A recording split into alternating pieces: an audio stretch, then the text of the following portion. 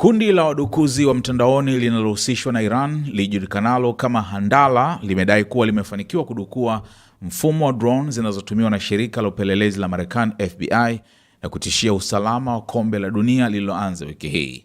Taarifa hiyo imetolewa kupitia Site Intelligence Group, taasisi inayosimamia makundi yenye misimamo mikali na vitisho vya mtandaoni, ambayo ilichapisha ujumbe wa Handala ukidai kuwa kundi hilo limekuwa na uwezo wa kufikia taarifa za drone za FBI kwa miezi kadhaa. Kwa mujibu wa Handala, drone hizo zimekuwa zikitumiwa katika operesheni za kupambana na ugaidi na zina uwezo wa kutambua sura za watu pamoja na kusoma namba za usajili wa magari. Kundi hilo lilidai kuwa limekuwa likipata picha na taarifa za watu wote waliorekodiwa na drone hizo. Katika ujumbe wake, Handala ilitoa onyo linalohusishwa na mashindano ya kombe la dunia, ikisema baadhi ya timu zinazoshiriki hazifurahishi wanachama wake.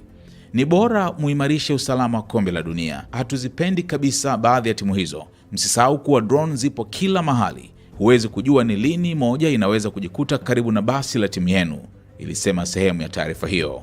Vitisho hivyo vinakuja wakati FBI na mamlaka zingine za usalama nchini Marekani zikiendelea kutumia drone kuimarisha usalama katika viwanja vya kombe la dunia pamoja na maeneo ya mikusanyiko ya mashabiki. Serikali ya Marekani pia imepiga marufuku safari za drone zisizoidhinishwa juu ya viwanja vinavyotumika kwa mechi za mashindano hayo na maeneo mengine yanayohusiana na tukio hilo.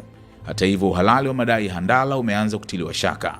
Site Intelligence Group imesema baadhi ya picha na video zilizotolewa na kundi hilo kama ushahidi wa udukuzi huo haziungi mkono madai hayo. Kwa mujibu wa site, moja ya video zilizodaiwa kutoka kwenye mfumo uliodukuliwa wa FBI ilitengenezwa mwezi Disemba mwaka 2024 na kampuni ya teknolojia nchini Marekani kwa ajili ya kutangaza matumizi ya mfumo wake katika tathmini ya uharibifu uliosababishwa na vimbunga.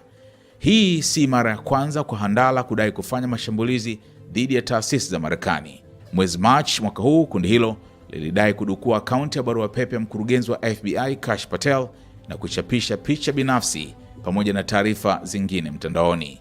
Kutokana na ongezeko la vitisho vya kimtandao vinavyohusishwa na makundi yanayoiunga mkono Iran baada ya vita kati ya Marekani, Israel na Iran, idara ya sheria ya Marekani imewahi kuonya kuhusu uwezekano wa mashambulizi ya mtandaoni dhidi ya taasisi za serikali na miundombinu muhimu. Wakati huo huo, wizara ya mambo ya nje ya Marekani imetangaza zawadi ya hadi dola milioni 10 kwa mtu yoyote atakayetoa taarifa zitakazosaidia kutambua au kukamatwa kwa wanachama wa kundi la Handala.